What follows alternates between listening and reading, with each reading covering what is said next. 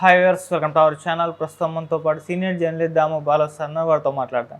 నమస్కారం సార్. నమస్తే sir, YouTuber Harsha Sai and అతని మీద కంప్లైంట్ చేసిన అమ్మాయి, వీళ్ళిద్దరి మధ్య సంభాషణని ఆడియోని మన హర్ష సాయి లీక్ చేశాడు సార్. ఇప్పుడు అది తెగ వైరల్ అయిపోతుంది. అయితే ఆడియోకి రిప్లైగా ఈ అమ్మాయి యొక్క లాయర్ ఆయన కూడా నాగూర్ బాబు గారు కూడా మాట్లాడేశారు. మరి అసలు ఆడియోలో ఏముంది, సో ఈయన ఏం మాట్లాడారు, మరి ఎటువంటి పరిణామాలు చోటు చేసుకునే ఛాన్స్ ఉంది సార్ ఈ ఇష్యూలో? హర్ష సాయి అతను స్టంట్ ఫిలాంథ్రపిస్ట్ అంటారు మామూలుగా ఇంగ్లీష్లో. జిమ్మీ డొనాల్డ్సన్ అని అమెరికాలో దీన్ని ప్రారంభించాడు. స్టంట్ ఫిలాంథ్రపీ అంటే దాన్ని స్టంట్ ఫిలాంథ్రపీ అంటే అర్థం ఏమంటే పెద్ద పెద్ద స్టంట్స్ అంటారు. స్టంట్స్ అంటే నాట్ ఓన్లీ ఫైటింగ్ అని కాదు, ఎంటర్టైనింగ్గా చేసి దాంట్లో నుంచి డబ్బులు సంపాదించి ఆ డబ్బుల్ని పేదలకు పంచడం, దాన్ని కూడా ఈవెంట్గా మార్చడం, అంటే చారిటీని ఒక పెద్ద ఈవెంట్గా మార్చేసి చేయడం. దాని తర్వాత అతను పెద్ద ఎత్తున ఫండ్స్ కలెక్ట్ చేసి దాదాపు కొన్ని లక్షల చెట్లు పెట్టాడు అమెరికాలో. తర్వాత సముద్రాన్ని, నదుల్ని ఇవన్నీ క్లీనింగ్ చేశాడు. అట్లాగే కొన్ని వేల మంది ఆఫ్రికన్ వాళ్ళకి ఇండ్లు కట్టించాడు, పేదలకి డబ్బులు ఇచ్చాడు. ఇలాగా అతని పేరు Jimmy Donaldson, but mister beast అనేది వెరీ పాపులర్ అయిందనమాట. దాని తర్వాత తను ఒక పెద్ద టీమును పెట్టుకొని అతను ఈ పనులన్నీ చేస్తున్నాడు. అది ఇంటర్నేషనల్గా పాపులర్. దాని తర్వాత ఇండియాలో హర్ష సాయి కూడా ఇంత పాపులర్ అయ్యాడు. మన ఇండియాలో ఒక రకంగా ఇతను మిస్టర్ బీస్ట్ అని చెప్పొచ్చు అనమాట. ఆ స్థాయిలో ఇంకెవరు కూడా లేరు, ఇతని దగ్గర కూడా లేరు. ఎందుకంటే ఇతను కూడా వైజాగ్లో గీతంలో ఇంజనీరింగ్ చదివాడు. ఆ ఇంజనీరింగ్ చదువుతున్నప్పుడే అతను 6 ప్యాక్ బాడీకి సంబంధించిన వీడియోస్ పెట్టడం మొదలుపెట్టాడు. ఫస్ట్ ఇన్స్టాలో పెట్టేవాడు. అది చూసి అందరూ కూడా మీరు ఏ డైట్ తింటున్నారు, ఎలాంటి వర్కౌట్, ఇవన్నీ అడగడం, దాంతో ఇతను వాటికి సంబంధించి గైడెన్స్ ఇవ్వడం, అలాగా పాపులర్ అయ్యాడు. దాని తర్వాత టిక్టాక్లో వీడియోలు పెట్టడం మొదలుపెట్టారు అప్పుడు ఉన్నప్పుడు. దాని తర్వాత మెల్లగా యూట్యూబ్ ఛానల్ పెట్టాడు. ఇక్కడ నుంచి అతను సక్సెస్ అనేది వచ్చింది. అక్కడ నుంచి అతను డిగ్రీ అయిపోయే అతనికి బీటెక్ అయిపోయే లోపలే దాదాపు 9 లక్షల సబ్స్క్రైబర్లు అప్పటికే వచ్చేసారు. సో అలాగా ఇప్పుడు చూసుకుంటే అతనికి మొత్తం అనేక భాషల్లోకి కూడా వెళ్ళిపోయాడు. అనేక భాషల్లో దాదాపు 10 ఛానల్స్ ఉన్నాయి. సో ఇతను బేసిక్గా ఏం చేస్తాడంటే పేదవాళ్ళకి డబ్బులు ఇవ్వడం, దాన్ని పెద్ద ఈవెంట్ లాగా మార్చేయడం, ఆ ఈవెంట్కి సంబంధించిన వీడియోస్ అన్ని భాషల్లో పెట్టడం, దాంట్లో నుంచి డబ్బులు సంపాదించడం, మళ్ళీ పేదలకు ఇవ్వడం. ఫర్ ఎగ్జాంపుల్ బార్బర్ దగ్గరికి వెళ్ళాడు, బార్బర్తో షేవింగ్ చేసుకుని అతనికి ఒక 50,000 ఇచ్చాడు, దాన్ని ఈవెంట్గా మార్చాడు. ఆ బార్బరు మాట్లాడతాడు ఇలాగా. అట్లాగే ఎవరికో బర్రెలు దాదాపు 40 లక్షల విలువ చేసే బర్రెల్ని వాళ్ళకి ఇచ్చాడు. బర్రెలు, దూడలు, దానికి సంబంధించి షెడ్డు అంతా ఒక దళిత ఫ్యామిలీకి ఇచ్చాడు, దాన్ని ఈవెంట్గా మార్చాడు. అట్లాగే ఒకరోజు పెట్రోల్ బంక్ని మాట్లాడుకొని ఒకరోజు ఫ్రీగా పేదలకు పెట్రోల్ పోసాడు. ఇంకొకసారి 5 స్టార్ హోటళ్ళలో భోజనాలు పెట్టించాడు పేదలను తీసుకెళ్ళి. ఇలాంటి అనూహ్యమైన ఒక సెన్సేషనల్ ఈవెంట్స్ చేయడం, దాని ద్వారా ప్రజలకి వీలైనంత హెల్ప్ చేయడం, దాని ద్వారా ఇతను కూడా సంపాదించడం. ఒకటేమో నిన్న చెప్పాను నేను, ఒకటి యూట్యూబ్ యాడ్ల ద్వారా డబ్బులు, తర్వాత ప్రమోషనల్ యాక్టివిటీ ద్వారా డబ్బులు, అవన్నీ చేస్తున్నాడు. దీని మీద ఇతని మీద విమర్శలు కూడా వచ్చాయి. ఇతనికి పబ్లిసిటీ పిచ్చని, తన టీంకి అంతా ఏమో మాస్కులు ఇస్తాడు, వాళ్ళ ముఖాలు ఎవరు కనబడవు, తను మాత్రమే ఫోకస్ అవ్వాలనుకుంటాడు, ఇతను పబ్లిసిటీ పిచ్చి, అది ఇదని పుకార్లు వచ్చాయి. అట్లాగే ఇతను దాన ధర్మాలన్నీ కూడా ఫేక్, ఎవరినో పట్టుకొచ్చి వాళ్ళకి ఇచ్చినట్టుగా డ్రామా ఆడి మళ్ళీ వాళ్ళ దగ్గర తీసుకుంటాడు అనేది కూడా వచ్చాయి. దీని మీద జాఫర్ లాంటి వాళ్ళు ఇట్లు మీ జాఫర్ ఛానల్లో ఇవన్నీ ఇన్వెస్టిగేట్ చేసి లేదు ఇతనిది జునైనా అని కూడా తేల్చారు వాళ్ళు. ఏదేమైనా ఇతని వల్ల ఇతనికి ఏ కారణంతో చేసినా, ఎలా చేసినా పేదలకు కొంతమందికి మేలు జరుగుతుంది కదా అన్న పాజిటివ్ ఇది కూడా ఉంది. ఏదేమైనా తను విపరీతంగా పాపులర్ అయిపోయాడు. పాపులర్ అయిన తర్వాత సినిమా రంగంలోకి కూడా ఎంటర్ అవ్వాలనుకున్నాడు. సో సినిమా మెగా అనే ఒక సినిమా కూడా అనౌన్స్ చేశాడు. అది టీజర్ కూడా 1 year బ్యాక్ రిలీజ్ చేశారు. ఆ తర్వాత దాని సంగతి ఏమీ తేలలేదు. సో ఈ కాంటెక్స్ట్లో అతని మీద చాలామంది యూట్యూబర్లు కూడా నెగిటివ్గా వీడియోలు చేయడం, ఛానళ్ళలో డిస్కషన్లో కూడా అతని మీద నెగిటివ్గా చెప్పడం, ఇవన్నీ కూడా చూసాము. వివాదాలు అయితే రకరకాలుగా ఉన్నాయి.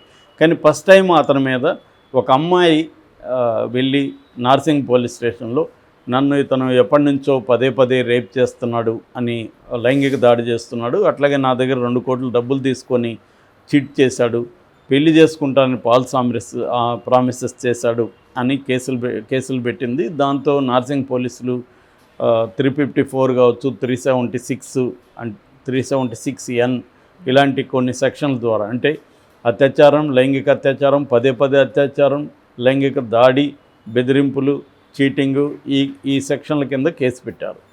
సో ఇప్పుడు ఎప్పుడైతే ఎవరో అమ్మాయి, ఇతనికి అమ్మాయికి ఏం సంబంధం, ఈ చర్చ మొదలైంది. ఆ అమ్మాయి ఎవరో కాదు, ఈ మెగా అనే సినిమాకి ప్రొడ్యూసరు, సో ఇతనికి ఫ్రెండు.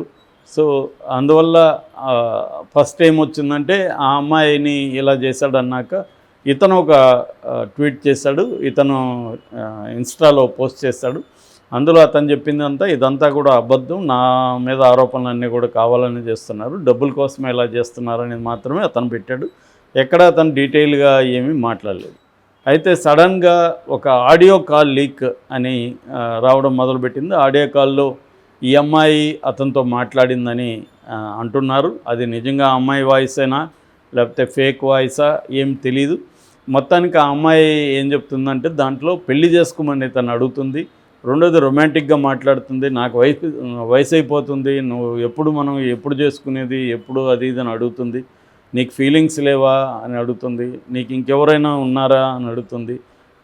నీతో ఎలా ఉందంటే ఒక యూపీఎస్సీ పేపరు ఎగ్జామ్ రాసినట్టు ఉంది నాకు, నువ్వేమో మాట్లాడవు అని, నేను అన్నిటికీ ఎగ్జామ్ క్వశ్చన్స్కి ఆన్సర్లు మాత్రం నేనే రాస్తున్నట్టుంది, నేనే క్వశ్చన్స్ వేసుకొని నేను ఆన్సర్లు రాస్తున్నట్టుంది, నువ్వేమన్నా విశ్వామిత్రుడివా, ఇలాగా మొత్తానికి రెచ్చగొడుతుంది అతను. అంటే లైంగికంతో కలవమని అతన్ని అడుగుతుంది.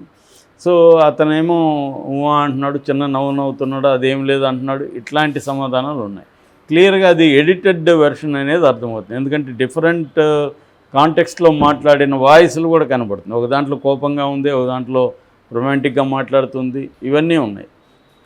సో ఇది ఎప్పుడైతే వైరల్ అయిందో ఆల్రెడీ అతనికి కూడా సోషల్ మీడియాలో పట్టుంది, అతనికి ఒక నెట్వర్క్ ఉంది కాబట్టి వాళ్ళందరూ రంగంలో దిగి అతన్ని డిఫెండ్ చేయడం, ఈ అమ్మాయిని తప్పు పట్టడం అనేది మొదలైంది.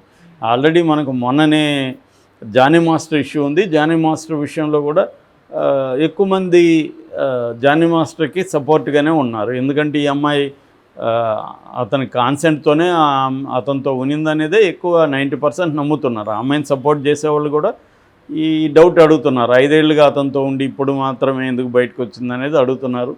ఏదేమైనా లీగల్ వేరు, ఇవాళ మన సమాజం స్పందించే పరిస్థితులు. లీగల్గా అయితే జానీ మాస్టర్ చేసింది 100% తప్పు. ఎందుకంటే అమ్మాయి కాన్సెంట్ ఇచ్చినా కూడా, ఒక టీనేజర్ కాన్సెంట్ ఇచ్చినా కూడా లైంగికంగా కలిసిన వ్యక్తిది, అబ్బాయిది తప్పు అవుతుంది తప్ప అమ్మాయిది తప్పు కాదు. దట్ ఈజ్ మన చట్టం అది చెప్తుంది. కాబట్టి అతనికి పోక్సో చట్టం కూడా వర్తిస్తుంది. పోక్సో చట్టం ఏం చెప్తుంది, 18 ఏళ్ల లోపల ఉన్న అమ్మాయితో ఎవరైనా సెక్స్ చేస్తే అతను రేప్ చేసినట్టే పరిగణించాలి. అట్లాగే వయసు వెర్స 18 ఏళ్ళ లోపల ఉన్న అబ్బాయితో చేసినా కూడా ఇదే ఉంది ఆ చట్టంలో. కానీ ఆ కేసులు పెద్దగా రావు. అబ్బాయిలు పోయి నన్ను ఈమె అత్యాచారం చేసిన ఎవడు చెప్పడు కదా, కానీ అమ్మాయిలే చెప్తున్నారు. సో ఇప్పుడు ఈ కాంటెక్స్లో ఇది వచ్చేసరికి ఈ అమ్మాయి కూడా గతంలో అంతా ఒప్పుకునే కదా చేసిందన్న ఇది వస్తుంది. సో ఇప్పుడు ఈ ఆడియోకి సమాధానంగా అవతల ఆ అమ్మాయి వైపు నుంచి, ఎందుకంటే ఆ అమ్మాయి మీడియాతో మాట్లాడలేం, కంప్లీట్గా ముసుగేసుకొని అమ్మాయి పోలీస్ వ్యాన్లో వెళ్ళడం కనిపిస్తుంది. మీడియా అడిగితే కూడా ఆమె నోరు తెరవలేదు.